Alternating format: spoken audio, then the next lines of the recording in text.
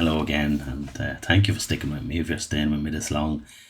I really appreciate the views and some things that came to me when I was just considering stuff like the likes and subscribes and stuff like that, and even comments, for example. Like, I'm not getting a lot of comments publicly on the forums, and that's absolutely fine if there's no comments to be made. But interestingly, I do get a few phone calls, comments, text messages, stuff like that, requests for online chats and stuff, which I love. I think it's fantastic, and I think you're amazing for even discussing this topic, because I know how difficult anything around mental health is. So I just decided today to think, I think it's probably about time to talk about stigma, because stigma is really prevalent around mental health, and has a few very, very negative results, I suppose, around people feeling stigma. So if you think of stigma as stereotypes, so people stereotype to put into a category of they have mental illness. So if someone's at work and you're aware that they have a mental illness, or they're taking some antidepressants or antipsychotic medication, what do you feel with that? What's your thought process? And it's okay to think about what you think, because we talked about projections and we spoke about interjected values. And it's okay now to start going, well, my biases or my fears aren't really mine. There's something that was kind of put on me, and I grew up with this, and this was my belief. This is what I held to be true. And now we're starting to challenge that, aren't we? We're starting to look at the reason why we might think something is bad, or some person is bad, or some condition is bad. And so it's okay to be there and think, well, possibly there might be holding a little bit of shame. They might hold a little bit of shame about how you spoke to someone. I certainly do. So I'm speaking from myself here, and we're talking historic. So when you have stereotypes and prejudices, you have public. So the public have their own prejudices around the individual, and you'd hear about it a lot. Like I mentioned earlier on in an earlier video, where when we were kids, everyone was talking about this lady who lived around the corner from us, and it was always that she's mad. And I told her she was just a harmless lady, but the way it was in the community was she was mad, and everyone was to keep away from her, and somehow because she had some form of mental illness, she was somehow dangerous. So this is really what we start to draw on, this fear, this idea that other people have told us. Now, when you think of that in a public area, that mental illness is not acceptable.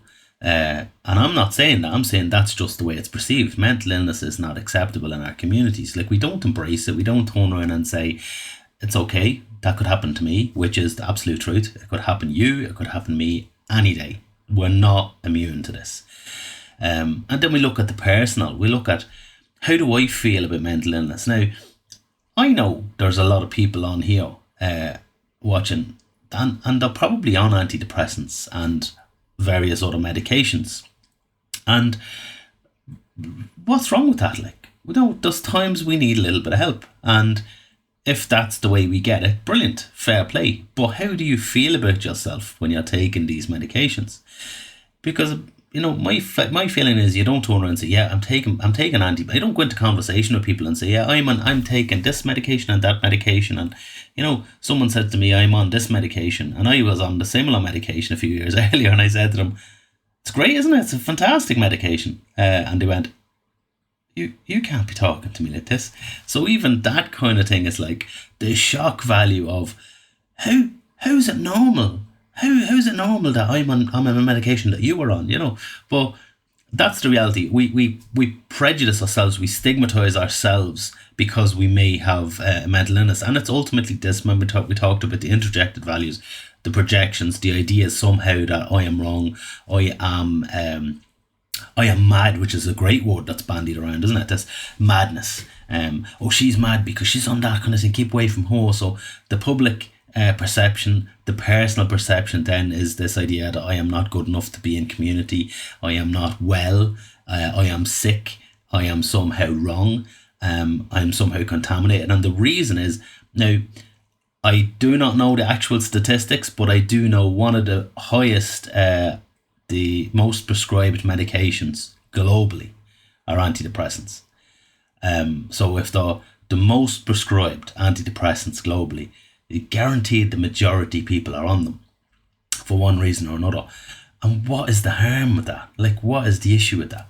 And then we move into things like the institutional idea about mental health, mental illness. So we're talking like, say, your career, how it's projected, how it's put out there in the community, how people are accepting of it because such and such says this is the mental illness. And the World Health Organization, as you mentioned about mental illness in earlier videos, doesn't do itself any favours by publicising that it's not just a bloody normal thing to have a mental illness. That somehow, if you have a mental illness, if you look into it and translate what they're saying, it's saying if you have a mental illness, you're not fit to work.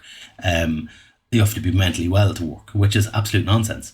Because I've worked with plenty of people who've had different varying degrees of mental illness and are excellent. You know, they can walk very, very well. There's no issue. Maybe if you didn't have an arm, you couldn't, do a 2-arm job. That's, but if you have a mental illness, what's wrong? You can still work. You can still do your stuff. Like, I know certainly there are policies in different organisations. And one policy I was working off a few years ago was when I worked as a responder, the sole responder in an advanced paramedic care. There's a part in it that says, anyone with psychiatric illness, if someone rings in and says such and such psychiatric, you call the guards. Now, I don't dispute that. I don't argue with that. But the idea, that the stuff that puts out is the idea that anyone with psychiatric illness or mental illness is dangerous, and that's really frightening. And then you have the further into that. So if I go to my manager and say, listen,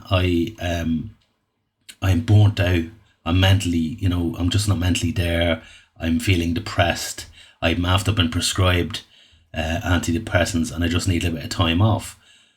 Their lack of understanding then and their ignorance around this will put you in a category of you are mad, you are unwell. That's my experience, and that's still my experience. That's not just a historic experience, that's my experience of people that are in jobs today.